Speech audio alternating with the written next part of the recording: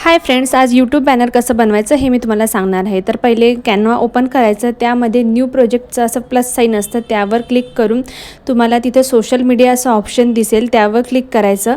त्यानंतर तिथे खूप सारे ऑप्शन्स असतात, पेड आणि अनपेडसुद्धा। तर त्यातलं अनपेड एखादा बॅनर सिलेक्ट करायचं।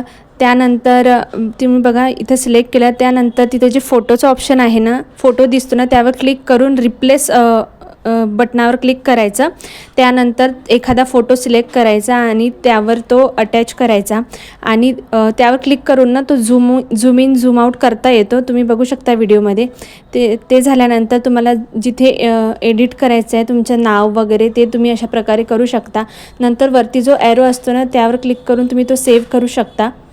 त्यानंतर यूट्यूब ओपन करायचा आणि यूट्यूब बॅनरवर जो कॅमेराचा आयकॉन असतो ना त्यावर क्लिक करून आपण बनवलेलं बॅनर सिलेक्ट करून तिथे सेट करायचा आणि सेव्ह करायचं।